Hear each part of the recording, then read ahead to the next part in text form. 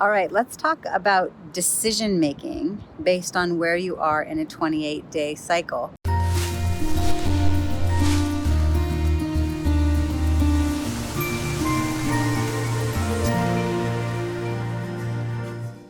For those of you that are still bleeding, it's a little bit easier to track.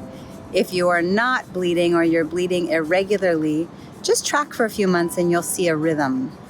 If we count day 1 as the first day that you bleed, and it comes to making big decisions in life, decisions in career, decisions in relationship. When you are in your bleeding time, that's a time to get quiet. It's a time to listen into your intuition, but it's not a time to make a decision. Often we can be a little bit more rash and jump to decisions quickly, a little bit more emotional, but it's really important that you listen in and you journal during that time, because your intuition is strong and your connection with the broader universe, other women in the world, is solid, okay?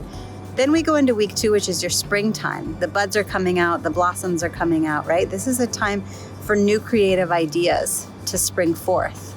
This is a time of springing open. And so as you're thinking about making a decision, allow yourself to get into a really creative space. If I make this decision, what other possibilities might there be? Is make the same decision, but making it in a different way to get to a different outcome. And the time to make the decision is actually during week 3. Week 3 is your ovulatory time. I think of it as summer. That's the time when our confidence is the strongest. We can make a decision. That's the time to launch the book, to be on stage and make the presentation, to apply for the job, to leave the relationship, to make the big leap. And if for some reason you don't feel ready, that's just okay. Allow time for the decision making to percolate, because then we move into week 4, which is what we often consider our PMS week. But that's also a time of reflection, but it's a time to reflect with those that you're closest to, your closest loved ones. And if you haven't made a decision, that's a time to, when you were in your springtime, week 2, that was the time to get creative. Brainstorm in group dynamics, brainstorm with lots of people, post it in Facebook asking, what do y'all think, right? If it's something that is not super intimate and personal. But if you haven't made a decision during your ovulatory time or week 3, week 4 is the time to bring in your most intimate loved ones, the people that you really trust, that you know have your best interest at heart.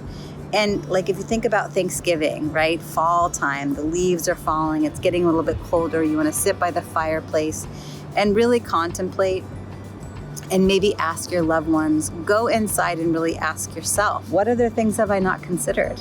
And am I ready to make this decision? And if not, then you go back into your bleeding time, or if you're not bleeding, it's generally going to be the new moon or the full moon, and you tap back into your intuition. What does my intuition say? What is it that I really deeply desire as I'm sifting through what others are thinking, getting creative, being bold and making decisions, percolating and asking my loved ones and listening back in? And then maybe we go through round 2, and for some big decisions to allow the space for 2, 3, 4 menstrual cycles to make that big decision. So hopefully that helps, and cheers to your amazing decisions, because every decision is perfect, even if it goes a direction that you didn't expect it to go. Every setback is the set up, and it's always divine.